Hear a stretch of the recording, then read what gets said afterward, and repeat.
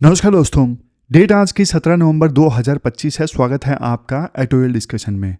आज देखो 3 इश्यूज हम डिस्कस करेंगे, तीनों काफ़ी ज़्यादा इंपॉर्टेंट हैं।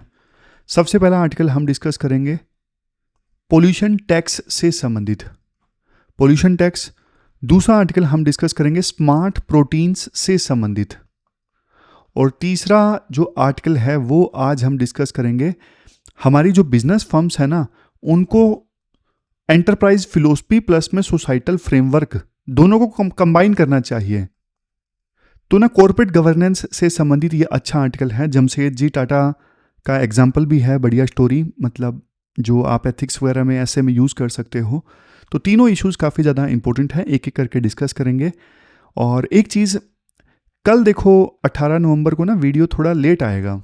कल मैं मुंबई में रहूँगा, तो 5 बजे आऊँगा शाम को, तो आते ही सबसे पहले लेक्चर ही बनाऊँगा। थोड़ा सा लेट आएगा वीडियो, तो पहले से मैं आपको बता देता हूँ ताकि आप लोग वेट ना करो। तो ये इन्फॉर्मेशन आपको देनी थी, कोई पूछे तो कमेंट बॉक्स में उनको बता देना, ठीक है। चलिए डिस्कशन स्टार्ट करते हैं। इसके बाद नेक्स्ट आर्टिकल देखो पोल्यूशन टैक्स के बारे में है। आप ना सिलेबस में जीएस पेपर 3 के इन दोनों टॉपिक्स से आर्टिकल को रिलेट कर सकते हो। देखो फर्स्ट थिंग फर्स्ट, राइटर कहते हैं पोल्यूशन टैक्स सरकार को लगाना चाहिए, लेकिन वाई नाउ, मतलब जो टाइटल है वो देखिए, time is right for a pollution tax, कि बिल्कुल उपयुक्त समय है पोल्यूशन टैक्स लगाने के लिए। ऐसा क्यों? तो ना 3 रीजंस मेनली राइटर देते हैं कि अभी बिल्कुल उपयुक्त समय क्यों है पोल्यूशन टैक्स लगाने के लिए। सबसे पहले देखो, सरकार ने ना हाल ही में डायरेक्ट टैक्स और इनडायरेक्ट टैक्स दोनों में काफी छूट दी है। जैसे आपको पता है डायरेक्ट टैक्स में अब 12 लाख तक कोई इनकम टैक्स नहीं लगेगा। इसके अलावा जीएसटी रेट्स भी सरकार ने काफी रैशनलाइज कर दिए हैं, काफी कम कर दिए हैं। तो दोनों चीजें सरकार ने रैशनलाइज की हैं, मतलब टैक्स रेट्स को आसान किया है, कम किया है। और ऐसा देखो सरकार ने इसलिए किया क्योंकि सरकार को ना ये उम्मीद है कि मान लो हम टैक्स कम कर रहे हैं, जीएसटी रेट घटा रहे हैं, इनकम टैक्स कम कर रहे हैं, तो लोगों के पास में ना ज्यादा पैसा रहेगा, लोग ज्यादा खर्च करेंगे, इकोनॉमिक एक्टिविटीज ज्यादा होंगी, और इकोनॉमिक एक्टिविटीज ज्यादा होंगी तो टैक्स कलेक्शन अपने आप बढ़ जाएगा।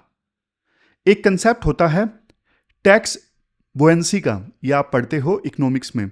होता क्या है, मान लीजिए सरकार ने टैक्स रेट्स कम किए, सरकार ने टैक्स रेट्स कम किए तो लोगों के पास में ज्यादा पैसा मतलब लोग ज्यादा खर्च करेंगे, इकोनॉमिक एक्टिविटीज ज्यादा होंगी तो जीडीपी ग्रो करेगी।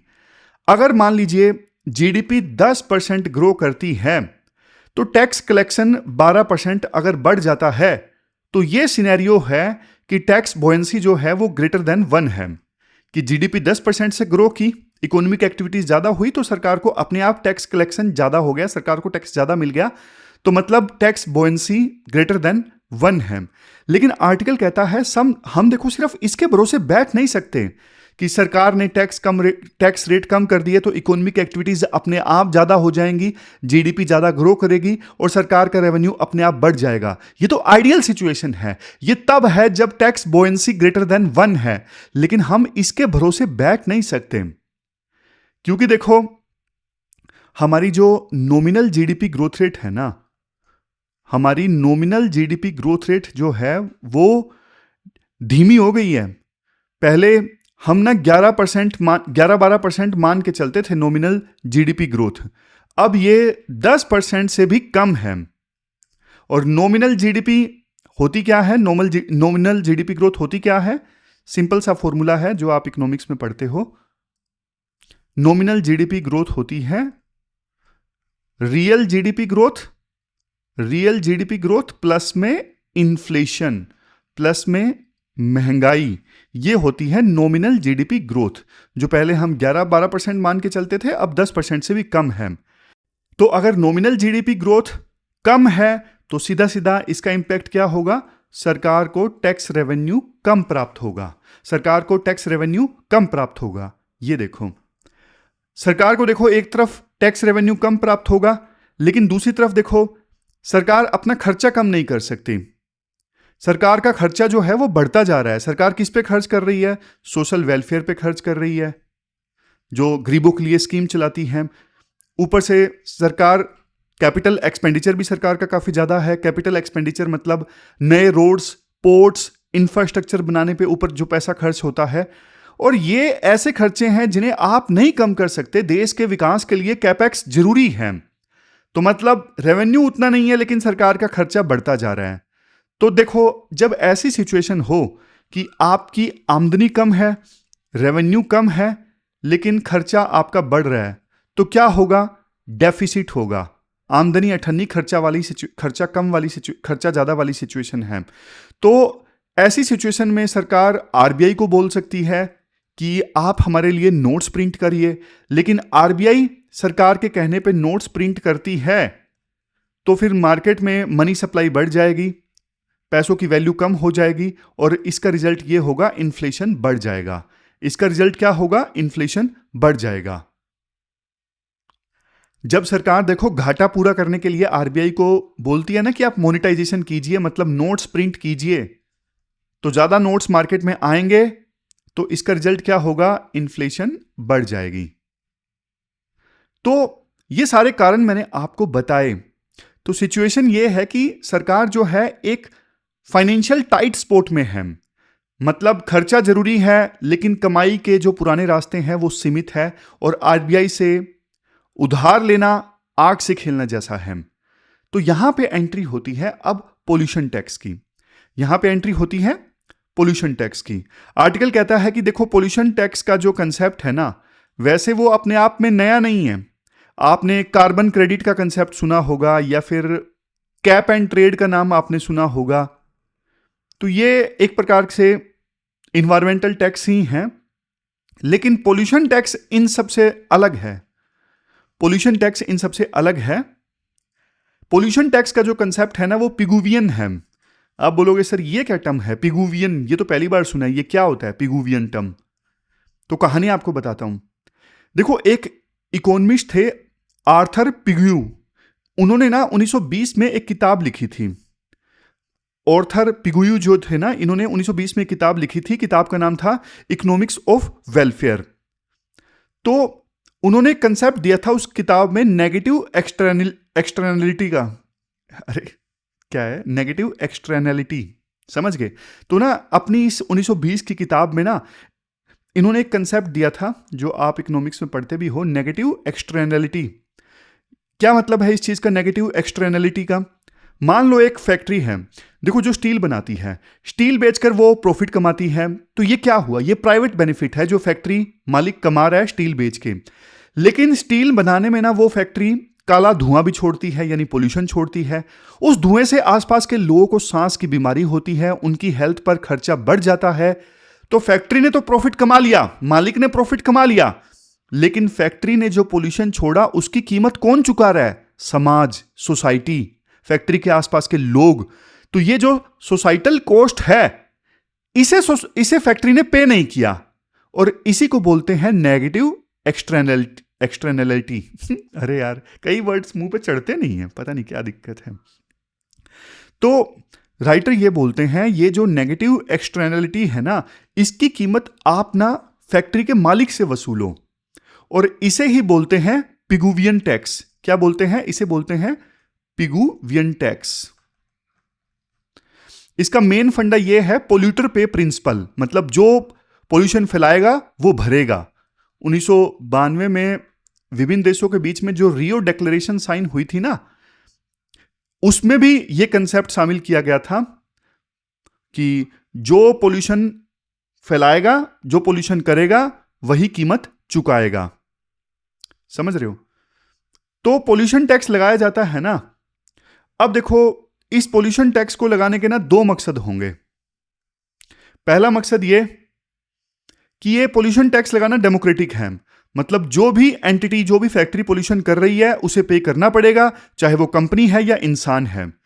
तो इससे ना सरकार को एक नया अल्टरनेटिव रेवेन्यू स्ट्रीम मिल पाएगा, मतलब एक अल्टरनेट रास्ता मिल पाएगा, सोर्स मिल पाएगा जहां से सरकार को रेवेन्यू मिलेगा।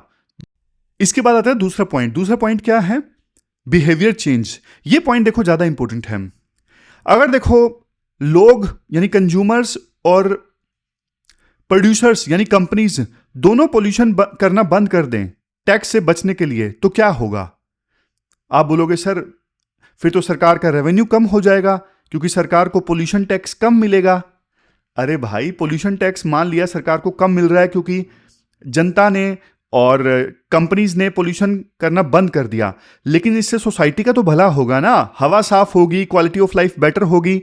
सीधी सी बात है, अगर सरकार ने पेट्रोल डीजल पर पोल्यूशन टैक्स बढ़ा दिया, लोग महंगा पेट्रोल छोड़ के मान लीजिए इलेक्ट्रिक व्हीकल्स खरीदने लगे, तो सरकार को देखो पेट्रोल से मिलने वाला टैक्स तो कम हो जाएगा, लेकिन देश में पोल्यूशन भी तो कम होगा इलेक्ट्रिक व्हीकल्स ज्यादा यूज होने की वजह से।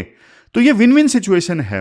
विन विन सिचुएशन इसलिए, या तो पोल्यूशन टैक्स लगा के सरकार को रेवेन्यू ज्यादा मिलेगा, अगर लोग पोल्यूशन टैक्स ज्यादा नहीं दे रहे हैं तो मतलब वो अल्टरनेट चीजें इस्तेमाल कर रहे हैं, तो मतलब हवा साफ होगी, इन्वायरमेंट क्लीन होगा। तो विन विन सिचुएशन है। लेकिन देखो अब क्वेश्चन ये उठता है, ये टैक्स लगाएं कैसे? तो राइटर ना मेनली दो तरीके बताते हैं ये टैक्स लगाने के। पहला है मेथड 1। पहला क्या है? मेथड 1। एक तो इस तरीके से लगाया जा सकता है, आप ना क्या देखो, कंपनी के ना पूरा पीएनएल देखो, मतलब बैलेंस शीट में पूरा प्रॉफिट लॉस का अकाउंट को देखो, और फिर ना वो कंपनी जितना खर्चा कर रही है ना पावर और फ्यूल पे जितना खर्चा कर रही है वो कंपनी, उसको ना डिवाइड कर दो टोटल सेल से या फिर टोटल रेवेन्यू से, उसको आप डिवाइड कर दो। इस प्रकार से एक रेशो आपके पास में आ जाएगी, जिसका ये रेशो ज्यादा, मतलब वो ज्यादा फ्यूल जला रहा है, ज्यादा पोल्यूशन कर रहा है, तो उस पे आप टैक्स ज्यादा लगाओ।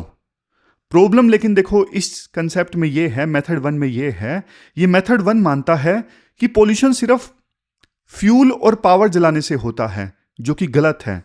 क्योंकि पोल्यूशन देखो और तरह के भी तो होते हैं ना, chemical pollution, water pollution, noise pollution, और बहुत तरह के पोल्यूशन होते हैं।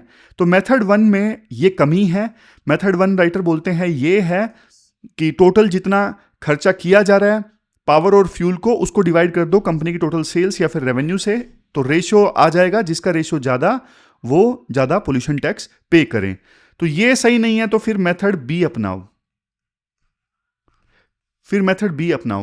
मेथड बी क्या है? देखो हमारे पास ना CPCB यानी सेंट्रल पोल्यूशन कंट्रोल बोर्ड की ना एक क्लासिफिकेशन है। इंडस्ट्रीज को ना 4 पार्ट्स में डिवाइड किया गया है। सबसे पहले आती हैं रेड इंडस्ट्रीज, जिनमें स्कोर ना 60+ होता है। ये सबसे ज्यादा पोल्यूशन वाली इंडस्ट्रीज हैं, जैसे सीमेंट, थर्मल पावर प्लांट। फिर आती हैं ऑरेंज इंडस्ट्रीज, फिर आती हैं ऑरेंज इंडस्ट्रीज, ये हाईलाइट भी कर देता हूं। ऑरेंज इंडस्ट्रीज का स्कोर होता है 41 से लेके 59 के बीच में, जैसे टेक्सटाइल इंडस्ट्री है, फार्मा इंडस्ट्री है। फिर आती हैं ग्रीन इंडस्ट्रीज जिनका स्कोर 21 से 40 के बीच में है, ये कम पोल्यूटिंग है।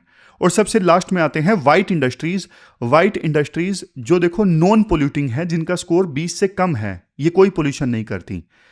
तो ये CPCB का यानी सेंट्रल पोल्यूशन कंट्रोल बोर्ड की अलग अलग इंडस्ट्रीज की क्लासिफिकेशन है।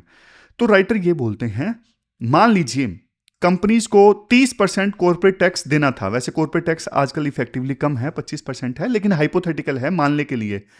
मान लीजिए कॉर्पोरेट टैक्स जनरल 30% है, तो सरकार एक नियम बना दे कि जो रेड इंडस्ट्रीज है ना, उनको कॉर्पोरेट टैक्स 30% के बजाय 2% एक्स्ट्रा देना पड़ेगा, 32% देना पड़ेगा। जो ऑरेंज इंडस्ट्रीज हैं उनको कॉर्पोरेट टैक्स देना पड़ेगा 1% ज्यादा, यानी 31%। जो ग्रीन वाली इंडस्ट्रीज हैं उनको बोल दो कि कॉर्पोरेट टैक्स आपको 30% ही देना है, ना ज्यादा ना कम। और जो व्हाइट वाली हैं उनको थोड़ा सा और इंसेंटिवाइज कर दो कि आपको 1% कम देना है, 29% देना है। तो ये बढ़िया है ना? लेकिन इसमें बस एक प्रॉब्लम आएगी। प्रॉब्लम ये आएगी कि एक कंपनी ना कई बार कई सारे प्रोडक्ट बनाती है। मान लीजिए एक प्रोडक्ट आता है रेड कैटेगरी में, दूसरा आता है ऑरेंज कैटेगरी में, तीसरा आता है ग्रीन कैटेगरी में। तो अलग अलग प्रोडक्ट से पोल्यूशन अलग अलग होता है, तो फिर उस कंपनी पे टैक्स कैसे लगाएंगे? तो फिर राइटर इसका अल्टरनेटिव देते हैं, 51% रूल देख लो कि कंपनी की 51% कमाई अगर रेड प्रोडक्ट से है तो पूरी कंपनी रेड मानी जाएगी। तो इस टाइप का सॉल्यूशन कोई निकाला जा सकता है, ये कोई बहुत बड़ी बात नहीं है। और इसको ना स्ट्रिक्टली इंप्लीमेंट करो। स्ट्रिक्टली इंप्लीमेंट करना मतलब कोई लूप होल्स मत छोड़ो। जैसे कुछ कंपनीज बोल सकती हैं कि मैंने तो CSR में 1000 पेड़ लगाए हैं तो हम पे तो मत लगाओ ये जो पोल्यूशन टैक्स है। राइटर कहते हैं नो, वो चीज अलग है। मतलब आपने CSR में पैसा खर्च कर दिया तो इसका मतलब ये नहीं कि आपको पोल्यूशन करने का लाइसेंस मिल गया, नहीं। तो ये तो टैक्स आर्बिट्रेज होगा। टैक्स आर्बिट्रेज मतलब लूप होल्स ढूंढ के टैक्स से बचने की कोशिश होगी। फिर राइटर बोलते हैं एक अल्टरनेट अप्रोच भी है, आप ना ये पोल्यूशन टैक्स ना इनडायरेक्ट टैक्स के तौर पे लगाओ। जैसे सरकार पेट्रोल डीजल पे ना अलग से ₹1 का पोल्यूशन टैक्स लगा सकती है। आप बोलोगे अरे अरे अरे अरे जनता के ऊपर क्यों बोझ डाल रहे हो भाई, जनता के ऊपर क्यों बर्डन डाल रहे हो, कंपनीज के ऊपर डालो ना। देखो कंपनीज वैसे भी जनता के ऊपर ही बर्डन डाल देती हैं, तो आप ना इन पोल्यूशन टैक्स को एज ए इनडायरेक्ट टैक्स लगाओगे पेट्रोल डीजल पे ₹1 का, तो ये पैसा कंज्यूमर देगा। फायदा इससे ये होगा पेट्रोल डीजल जब महंगे होंगे तो लोग फिर इलेक्ट्रिक व्हीकल्स, पब्लिक ट्रांसपोर्ट या साइकिल की तरफ शिफ्ट होंगे। समझ रहे हो? लेकिन ₹1 पर लीटर सरकार अगर पोल्यूशन टैक्स लगाती है तो सालाना 15,000 करोड़ सरकार को एक्स्ट्रा मिलेंगे। और हर फ्लाइट टिकट पे मान लीजिए ₹100 का पोल्यूशन टैक्स सरकार लगा दे तो फिर देखो साल में ना 20 करोड़ लोग ट्रेवल करते हैं, सरकार को 2,000 करोड़ ना एक्स्ट्रा मिल जाए। और स्वीडन में यह देखा भी गया, वहां पे ना 1991 में एक कार्बन टैक्स लगाया गया था और उनकी इकोनॉमी ग्रो करती रही, कार्बन टैक्स से कोई खास फर्क पड़ा नहीं, लेकिन उनके जो एमिशंस है ना वो बहुत तेजी से कम हो गए। तो ये दिखाता है कि हमारे देश में भी ये पॉसिबल है। लेकिन इसका एक चैलेंज ये है, मान लीजिए सरकार ने पेट्रोल डीजल पे एक रुपया पोल्यूशन टैक्स लगा दिया, तो फिर देखो आपको पता है पेट्रोल डीजल महंगा हो जाएगा और ट्रांसपोर्ट सेक्टर चलता है पूरा पेट्रोल और डीजल की वजह से। तो ट्रांसपोर्ट सेक्टर महंगा तो सारी चीजों के दाम बढ़ जाएंगे और इन्फ्लेशन बढ़ जाएगी हमारे देश में। ये एक चैलेंज है, समझ गए? तो लास्ट में राइटर एक बात ये भी बोलते हैं कि ये जो पोल्यूशन टैक्स लगाया जाए ना, ये फेस वाइज मैनर में लगाया जा सकता है। सबसे पहले जो ज्यादा पोल्यूशन वाली इंडस्ट्रीज है ना, जहां पे टैक्स लगाना आसान है वहां पे लगाओ। जैसे फ्यूल एंड पावर है, फैशन है। फास्ट फैशन ना एक नया विलन है। जैसे देखो एक टी शर्ट बनाने में ना हजारों लीटर पानी और ढेर सारा केमिकल लगता है, बहुत पोल्यूशन होता है। लाइव स्टॉक सेक्टर में बहुत पोल्यूशन होता है, पशु वगैरह जो हैं वो जुगाली करते हैं तो एमिशन बढ़ता है।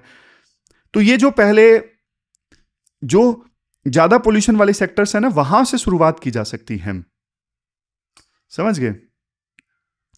लेकिन देखो कई जगह लगाना बहुत मुश्किल है। जैसे फार्मिंग पे पोल्यूशन टैक्स लगाना मुश्किल है, लाइव स्टॉक पे मुश्किल है, क्योंकि ये इमोशनल इशू है हमारे देश में। तो इसलिए जहां पे लगाना आसान है वहां से शुरुआत करो। ये पूरा आर्टिकल हमने डिस्कस किया, चलते हैं आगे। इसके बाद नेक्स्ट आर्टिकल देखो, नेक्स्ट जनरेशन ESG रिफॉर्म्स से संबंधित है। देखो ये जो आर्टिकल है ना बहुत सारे टॉपिक से लिंक करता है। इस आर्टिकल में फूड हैबिट्स का भी जिक्र है, तो GS पेपर 1 सोसाइटी से रिलेट कर सकते हो। एग्रीकल्चर का भी लिंक है और किस प्रकार से कंपनीज काम करती हैं, कॉर्पोरेट गवर्नेंस का भी लिंक है। बहुत सारे टॉपिक्स का लिंक है इस आर्टिकल में। सबसे पहले देखो इंट्रोडक्शन में राइटर ये बोलते हैं कि इंडिया ना एक प्रोटीन क्रॉस रोड्स पर खड़ा है। क्रॉस रोड्स मतलब चौराहा, मतलब इंडिया ना ऐसे चौराहे पर खड़ा है कि एक रास्ता सस्टेनेबिलिटी की तरफ जाता है और दूसरा रास्ता जाता है क्राइसिस की तरफ। और ये जो चौराहा है ये प्रोटीन क्रॉस रोड्स की हमने बात करी, प्रोटीन चौराहे की बात करी। तो क्या बात हो रही है? बात ये हो रही है, देखो जैसे जैसे देश की इनकम बढ़ रही है ना, तो फिर अर्बनाइजेशन हो रहा है, लोगों का जो खाना पीना है वो बदल रहा है। पहले देखो हमारी डाइट में ना प्रोटीन का मेन सोर्स क्या होता था? दालें, जैसे चना, राजमा, ये सब प्रोटीन का मेन सोर्स हुआ करता था हमारी डाइट में। लेकिन अब इनकम लेवल बढ़ने की वजह से ना लोग जो हैं वो एनिमल बेस्ड प्रोटीन की तरफ शिफ्ट हो रहे हैं। जैसे देखो मिल्क यानी दूध, दही, एग्स, मीट, फिश, ये सारे जो प्रोडक्ट्स हैं ना, इन पे अब धीरे धीरे लोग जो हैं वो ज्यादा रिलाय कर रहे हैं प्रोटीन के लिए बजाय के पल्सेस। आप बोलोगे सर प्रॉब्लम क्या है? ये तो अच्छी चीज है। देखो प्रॉब्लम है, 3 तरह की प्रॉब्लम है। पहली प्रॉब्लम इन्वायरमेंट की प्रॉब्लम है। आर्टिकल डेटा देता है, इंडिया के टोटल ग्रीन हाउस एमिशंस का ना 14% कहाँ से आता है? इंडिया के total green house gases emissions का 14% एग्रीकल्चर से आता है। और इस 14% का आधे से ज़्यादा कहाँ से आता है? इस 14% का आधे से ज़्यादा आता है लाइव स्टॉक से, मतलब गाय, भैंस, बकरी, इन सब जानवरों से। आप बोलोगे सर जानवर कैसे कंट्रीब्यूट करते हैं ग्रीन हाउस गैसेस के एमिशंस में? करते हैं। देखो एक कंसेप्ट है एंट्रिक फर्मेंटेशन। क्या कंसेप्ट है? एंट्रिक फर्मेंटेशन। ये क्या कंसेप्ट है? मतलब देखो जब पशु जुगाली करते हैं ना, खाना खाते हैं, तो वो मिथेन यानी CH4 गैस रिलीज करते हैं। और मिथेन आपको पता है CO2 से ना बल्कि 25-30 गुना ज्यादा पावरफुल ग्रीन हाउस गैस है। तो आर्टिकल चेतावनी देता है 2050 आते आते हमारा जो लाइव स्टॉक एमिशन है ना, वो 515 मिलियन टन CO2 हो जाएगा। और ये देखो 1960s का डबल है। और दूसरी तरफ हमारा टारगेट है 2070 तक तो हमें net zero carbon status achieve करना है, मतलब जितना कार्बन हम एमिट कर रहे हैं उतना ही एब्जॉर्ब कर रहे हैं। तो ये पहला इशू है कि हम एनिमल्स से मिलने वाले प्रोडक्ट्स पे ज्यादा रिलाई कर रहे हैं प्रोटीन के लिए, तो इससे इन्वायरमेंट को नुकसान ज्यादा होगा। अब दूसरा रीजन राइटर बताते हैं। दूसरा रीजन क्या है? दूसरा रीजन है पब्लिक हेल्थ का। लोग जानवरों के प्रोडक्ट्स पे ज्यादा रिलाई कर रहे हैं प्रोटीन के लिए, लेकिन ना जानवरों में ना एंटी माइक्रोबियल रेसिस्टेंस की एक बड़ी समस्या है जो जानवरों से इंसानों में भी आ जाती है। ये देखो एक साइलेंट पेंडेमिक की तरह है। होता क्या है, पोल्ट्री फार्म्स में या फिर डेयरी फार्म्स में ना जानवरों को बीमार होने से बचाने के लिए और उनका जो डेवलपमेंट है उसे तेज करने के लिए ना उन्हें रेगुलर रूप से जो किसान है वो एंटीबायोटिक्स देते हैं। लेकिन जब देखो हम जानवरों के प्रोडक्ट्स जैसे दूध, अंडे, मीट ये सब कंज्यूम करते हैं ना, तो जानवरों से रेसिस्टेंट बैक्टीरिया इंसानों में आ जाता है। फिर इंसान भी जब एंटीबायोटिक्स वाली दवाई लेते हैं ना तो उन पे असर नहीं होता। ये दिक्कत है। और एंटीबायोटिक्स का असर नहीं होगा इंसानों पे, छोटा सा भी बुखार हुआ ना तो वो ठीक नहीं होगा, चाहे कितनी दवाइयां आप ले लेना। और ये बीमारी, ये एंटीबायोटिक रेजिस्टेंस आया कहां से? जानवरों से इंसानों में, क्योंकि जानवरों में बहुत ज्यादा एंटीबायोटिक्स की मेडिसिन किसान देते हैं ताकि वो बीमार ना हो। अब तीसरी बात, इकोनॉमी एंड ट्रेड। देखो एक इशू है ट्रेसेबिलिटी का, मतलब जानवरों के प्रोडक्ट्स के ऊपर लोग ज्यादा रिलाय तो कर रहे हैं प्रोटीन के लिए, लेकिन ये हमारे देश में ना ये प्रॉब्लम है कि हम ट्रेस नहीं करते ये एग, ये मीट कौन से जानवर से आया, कहां से आया। 2-3 दिन पहले हमने एक आर्टिकल भी डिस्कस किया था पशुधन प्लेटफॉर्म वाला, कि सरकार उस चीज पे काम कर रही है, लेकिन अभी भी कोई बहुत लंबा चौड़ा काम हुआ नहीं है। तो देखो यूरोप और USA वाले जो देश है ना, वो आपसे माल तभी खरीदेंगे जब आप उनको बताओगे प्रॉपर कि ये प्रोडक्ट कहां से आया, इसको बनाने में कितना पोल्यूशन हुआ, कहीं एनिमल क्रुएलिटी तो नहीं हुई। जब आप उनको ये सारे आंसर दोगे तब वो आपका प्रोडक्ट परचेज करेंगे एनिमल वाला, अदरवाइज वो आपका नहीं परचेज करेंगे। लेकिन हमारे देश में ये इशू है ट्रेसेबिलिटी का, पता ही नहीं होता कौन सा मीट कहां से आया, तो एक्सपोर्ट करने में दिक्कत है। हमारी ग्लोबल कॉम्पिटिटिवनेस उतनी नहीं है जितनी होनी चाहिए। समझ रहे हो? ये 3 इशू है कि एनिमल से मिलने वाले प्रोडक्ट्स पे लोग ज्यादा रिलाई करने लगे हैं प्रोटीन के लिए। और एक सीरियस चीज भी है, देखो अब क्या है, 2030 तक ना क्लाइमेट चेंज के कारण जो फसलों की यील्ड है, पैदावार है, वो और ज्यादा कम हो जाएगी, जिससे मतलब सीधा सीधा असर ये होगा उनमें प्रोटीन कंटेंट भी और ज्यादा कम हो जाएगा। तो इससे ना 91 भारतीय जो हैं, यानी 9.1 करोड़ भारतीय जो हैं वो भुखमरी के शिकार हो सकते हैं। तो ये खतरा है। तो सिचुएशन देखिए, एक तरफ हम प्रोटीन की डिमांड बढ़ा रहे हैं, एनिमल बेस्ड प्रोटीन की डिमांड, और दूसरी तरफ हमारा जो बेसिक फूड है, दालें वगैरह, वो रिस्क में है। तो ये है हमारा प्रोटीन क्रॉसरोड, मतलब चौराहा, जिसकी बात हमने इंट्रोडक्शन में की। तो राइटर बोलते हैं देखो प्रॉब्लम तो इतनी बड़ी है, लेकिन हमारे जो वाचडॉग हैं, वाचडॉग मतलब निगरानी करने वाले, हमारे जो वॉचडॉग हैं वो इस मामले में ना अंधे हैं, कुछ कर नहीं रहे हैं। जैसे एक वॉचडॉग है ईएसजी फ्रेमवर्क। आप बोलोगे सर ये ईएसजी फ्रेमवर्क क्या है, पहली बार सुना है? नहीं, पहली बार तो नहीं सुना होगा, आपने यूपीएससी एस्पायरेंट हो यार।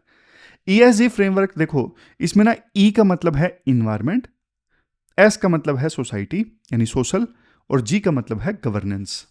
देखो आज के समय में ना इन्वेस्टर जो है ना वो किसी भी कंपनी में इन्वेस्ट करने से पहले ये नहीं देखते कि वो कंपनी प्रॉफिट कितना कमा रही है। इन्वेस्टर ये भी देखते हैं कि वो कंपनी जो है वो इन्वायरमेंट के लिए क्या कुछ कर रही है, इन्वायरमेंट को नुकसान तो नहीं पहुंचा रही, सोसाइटी के लिए अपनी जिम्मेदारी को पूरा तो कर रही है, कहीं सोसाइटी को नुकसान तो नहीं पहुंचा रही, उस कंपनी में गवर्नेंस तो ठीक है ना, ट्रांसपेरेंट है वो कंपनी की गवर्नेंस, करप्शन वगैरह नहीं है।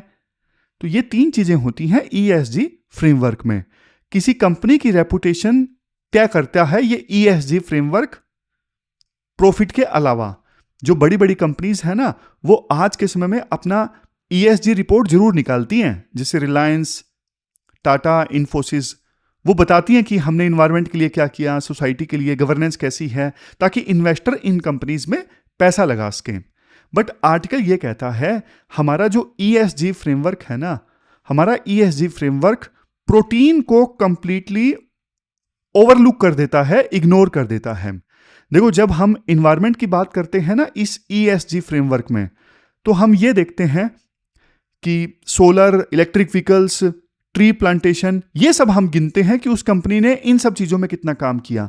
हम ये नहीं गिनते कि ना कंपनी का फूड सिस्टम कैसा है, कंपनी के अंदर जो इन हाउस कैंटीन है, या फिर अगर वो कंपनी फूड कंपनी है तो उस कंपनी में प्रोटीन कहां से आ रहा है, हम ये सब नहीं कंसीडर करते। कोई कॉर्पोरेट डिस्क्लोजर नहीं होता इस बारे में कि कंपनी में जो खाना खाया जाता है, फूड बनता है, उसमें प्रोटीन कहां से आता है, या फिर फूड कंपनी है तो फूड कंपनी में रॉ मटेरियल यानी प्रोटीन कहां से आता है, ये नहीं शामिल होता ईएसजी फ्रेमवर्क में। इवन इस पे भी बात कोई नहीं होती कि प्रोटीन जो है अगर जानवरों से आया तो जानवरों में कितना एंटीबायोटिक यूज किया गया, एनिमल वेलफेयर की पॉलिसी क्या है उस कंपनी की, उस कंपनी ने कितना पानी यूज किया, उसके पोर्टफोलियो में स्मार्ट प्रोटीन का शेयर कितना है, ये सब चीजें भी कंसीडर नहीं होती ईएसजी फ्रेमवर्क में। अब आप बोलोगे सर ये चीजें नहीं शामिल होती तो क्या ही बड़ा इशू है? बड़ा इशू देखो है, मतलब हमारा ईएसजी फ्रेमवर्क हमारा इनकम्प्लीट है, अधूरा है, ये सब चीजें कंसीडर नहीं करता, तो मतलब हमारी कंपनीज की जो ईएसजी रिपोर्ट है वो कंप्लीट नहीं है, तो इन्वेस्टर्स फिर हमारी कंपनीज को कंसीडर नहीं करेंगे फंडिंग के लिए, हमारी कंपनीज को फंडिंग नहीं मिल पाएगी। हमारे जो कॉम्पिटिटर कंट्रीज हैं जैसे चाइना, वियतनाम, उनकी कंपनीज को फंडिंग मिल जाएगी। समझ रहे हो? तो ये चक्कर है। तो फिर ये जो प्रोटीन क्राइसिस है इसका सॉल्यूशन क्या है? राइटर दो तरह के सॉल्यूशन बताते हैं। पहला है सॉल्यूशन ए। आजकल देखो ऐसा नहीं है कि सिर्फ आपको एनिमल से मिलने वाले प्रोटीन पर रिलाय होना आपकी मजबूरी है, और बहुत तरह के प्रोटीन आते हैं स्मार्ट प्रोटीन। जैसे स्मार्ट प्रोटीन ना तीन तरह के हैं, जैसे एक है प्लांट बेस्ड आपने जरूर देखा होगा, जैसे सोया या फिर मटर या फिर चने से मीट जैसा जो टेक्सचर है वो बना दिया जाता है। जैसे आपने ओट मिल्क या आलमंड मिल्क के बारे में सुना होगा जो प्लांट से बनाए जाते हैं। तो ये पहला है सॉल्यूशन नंबर ए के अंदर, पहला है प्लांट बेस्ड प्रोटीन। समझ रहे हो? तो मतलब राइटर फिर से आपको बताऊं ताकि कंफ्यूज ना हो, प्रॉब्लम आपको समझ में आ गई। ईएसजी फ्रेमवर्क अधूरा है, बताया नहीं जाता प्रोटीन कहां से आया है, इनकम्प्लीट है। तो उसका पहला सॉल्यूशन है स्मार्ट प्रोटीन। अब स्मार्ट प्रोटीन भी तीन तरह के हो सकते हैं। पहला है प्लांट बेस्ड प्रोटीन, दूसरा है कल्टीवेटेड प्रोटीन। ये देखो वैसे साइंस फिक्शन जैसा लगता है लेकिन अब रियलिटी है। अब इस कल्टीवेटेड प्रोटीन में क्या होता है, एनिमल का एक सिंगल सेल लिया जाता है, फॉर एग्जांपल स्टेम सेल, और उसे ना लैब में उस स्टेम सेल को न्यूट्रिएंट्स दिए जाते हैं और वो सेल मल्टीप्लाई होके एक पूरा मीट बन जाता है। तो ये है कल्टीवेटेड प्रोटीन। सिंगापुर ने ना कल्टीवेटेड मीट को बेचने का अप्रूवल भी दे दिया है। Lab grown protein, stem cell से न्यूट्रिएंट्स देके ग्रो किया जाता है लैब में। तीसरा है स्मार्ट बेस्ड प्रोटीन फर्मेंटेशन।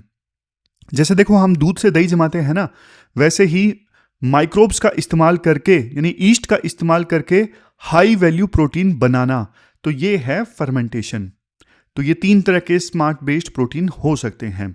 और राइटर बोलते हैं स्मार्ट क्यों? स्मार्ट देखो इसलिए क्योंकि इनसे एमिशन वगैरह नहीं होता, इन्वायरमेंट को नुकसान नहीं पहुंचता, और चूंकि हमारे देश में ना प्लांट बेस्ड डाइट खा लेते हैं और एनिमल्स के प्रोडक्ट्स खाने में फिर भी लोग हिचकिचाते हैं कि यार वो मीट है वो हम नहीं खाएंगे, तो ये कल्चर में एडजस्ट हो जाएगा स्मार्ट प्रोटीन।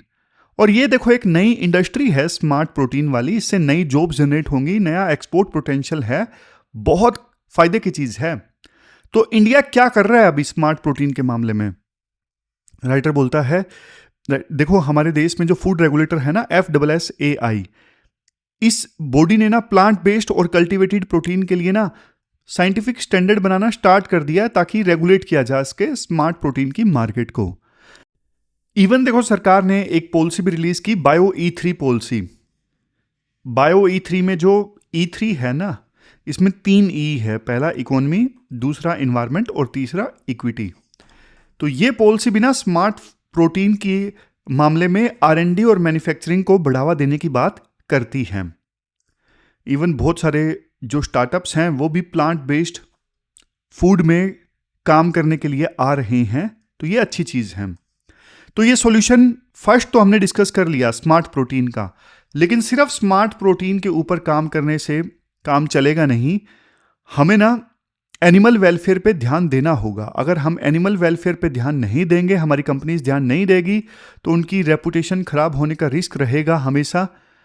अगर कल को देखो पेटा जैसी ऑर्गेनाइजेशन जो एनिमल वेलफेयर के लिए काम करती हैं, अगर वो कोई वीडियो वायरल कर दें कि देखो डेयरी फार्म में क्रुएल्टी हो रही है एनिमल्स के ऊपर, और उसके प्रोडक्ट बिकने बंद हो जाएंगे, ग्लोबल मार्केट में ना सिर्फ उस कंपनी का बल्कि हमारी इंडिया का भी रेपुटेशन खराब हो जाएगा।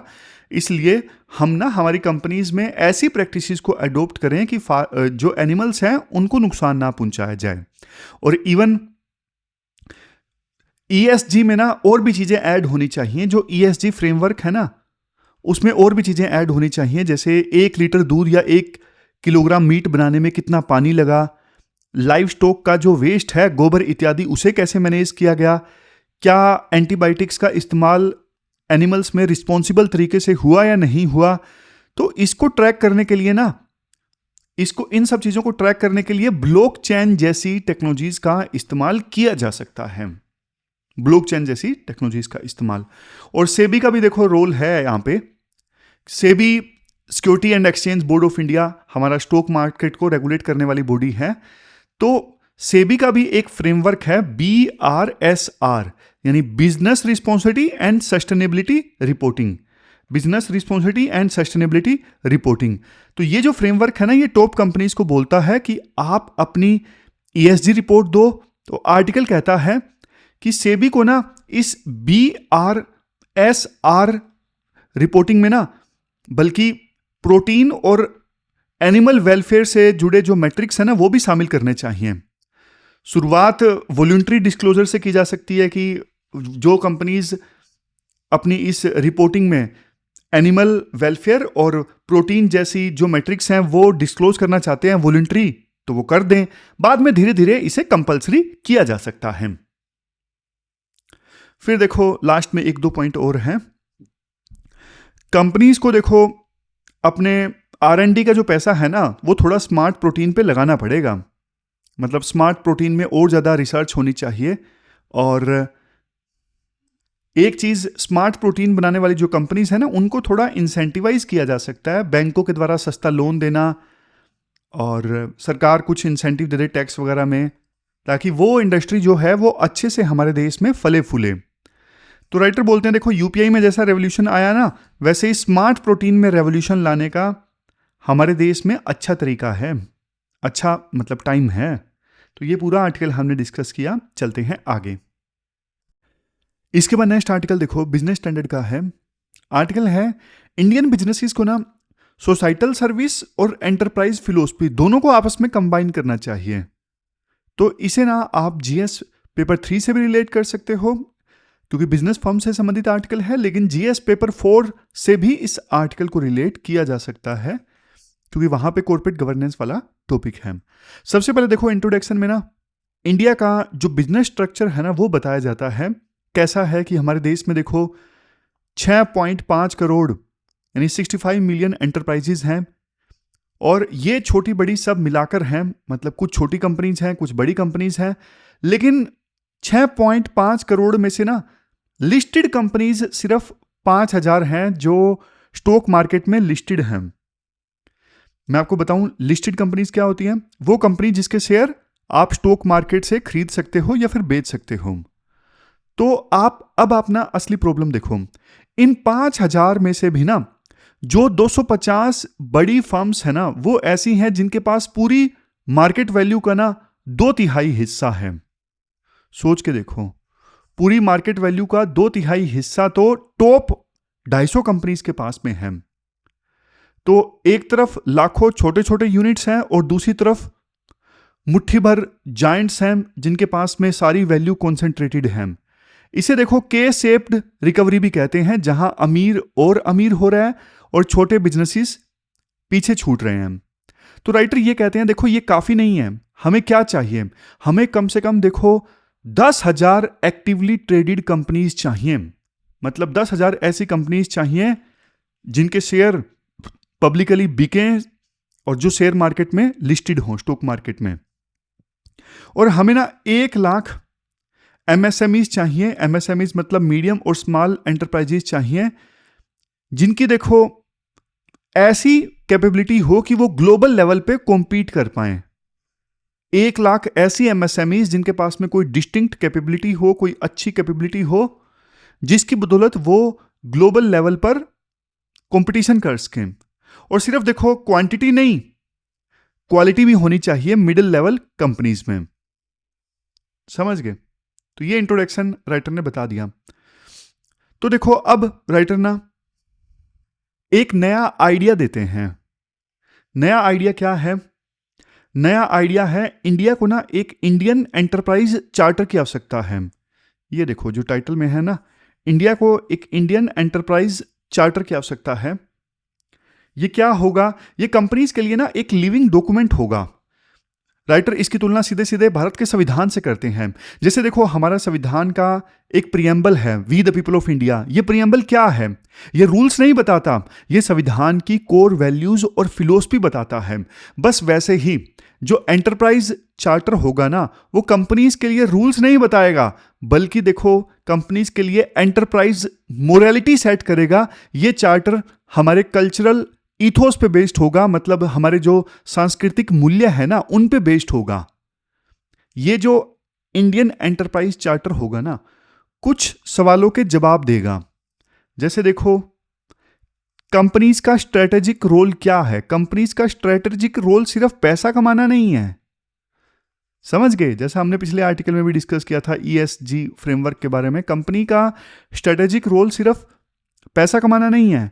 और देश को कैसी कंपनीज चाहिए, नेशन बिल्डिंग में कंपनीज का डिजायर्ड बिहेवियर कैसा होना चाहिए, और सरकार जो है वो कंपनीज के लिए इनेबलिंग रोल कैसे निभा सकती है। तो इन सारे क्वेश्चंस का जवाब मिलेगा इस इंडियन एंटरप्राइज चार्टर में।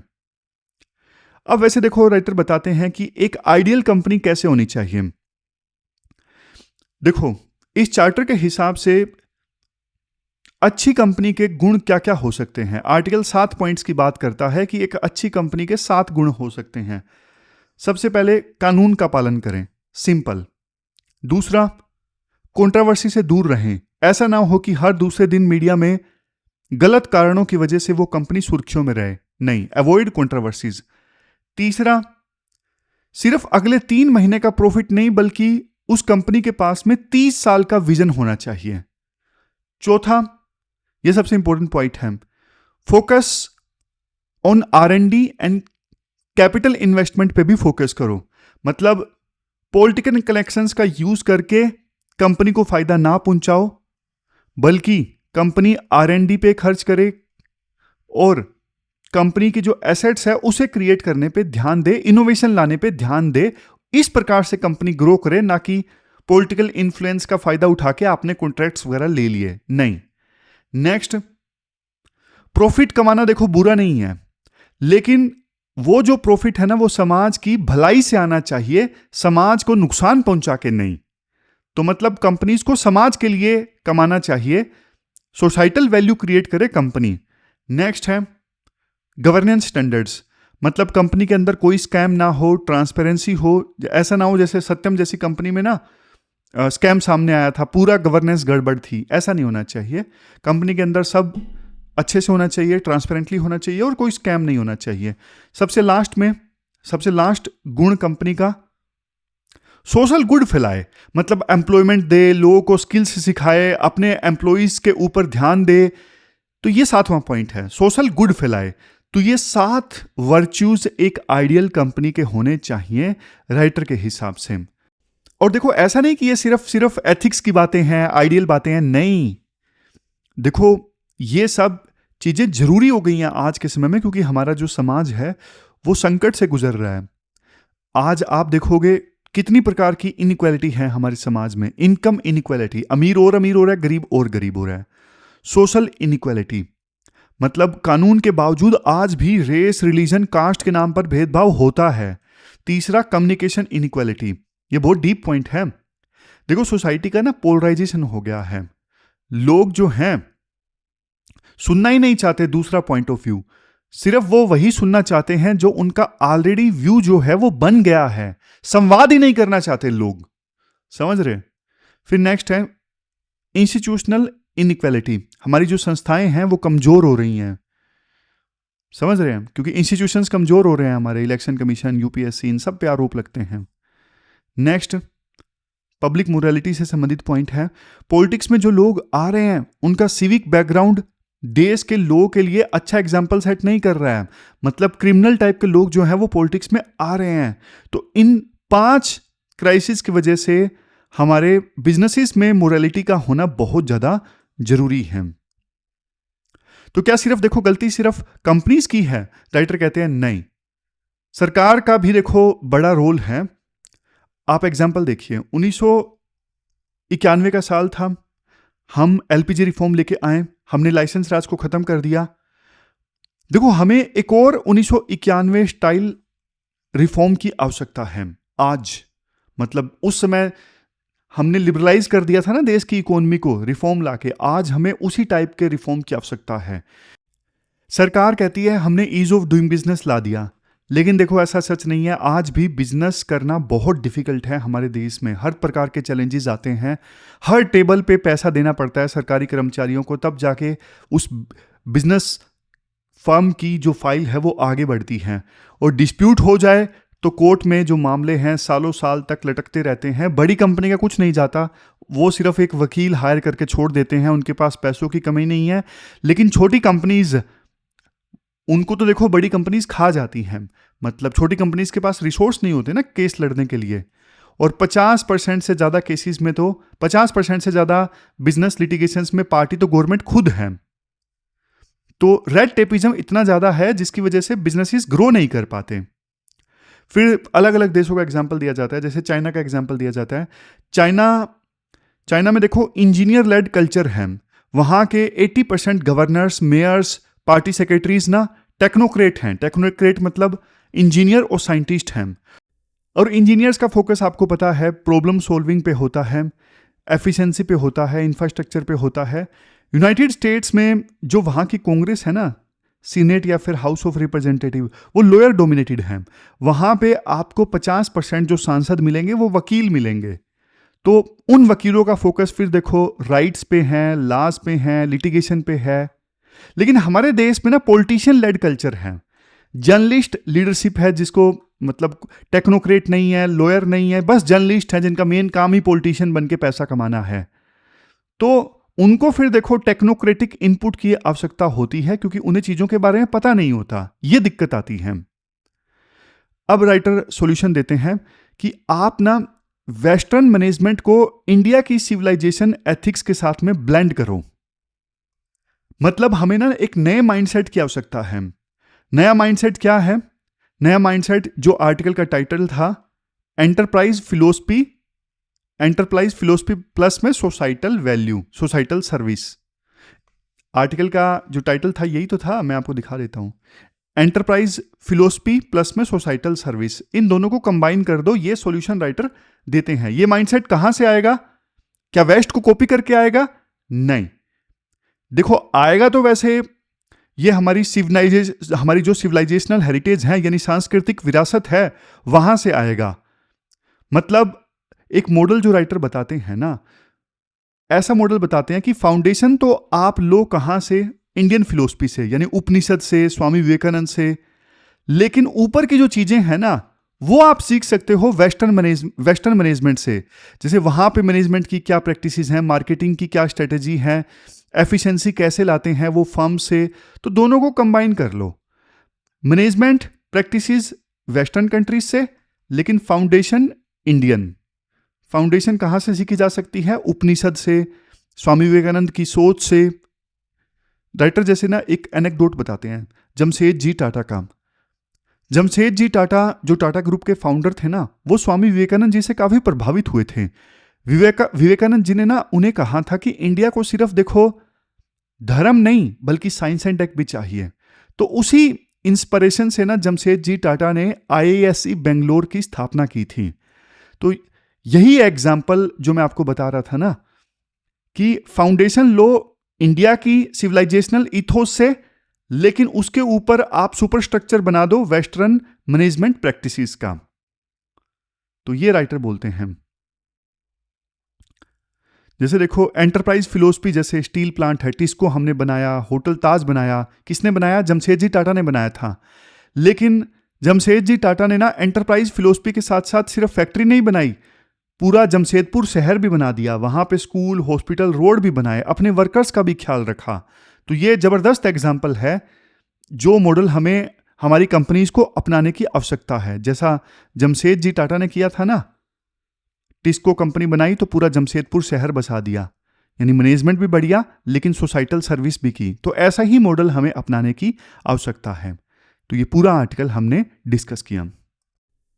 तो ये थी हमारी आज की डिस्कशन। कल मिलते हैं फिर से एक नई डिस्कशन के साथ। तब तक आप अपना ध्यान रखिए, अच्छे से पढ़िए। Thank you. और कल वीडियो लेट आएगा जो मैंने शुरुआत में आपको बताया। Thank you very much for discussion.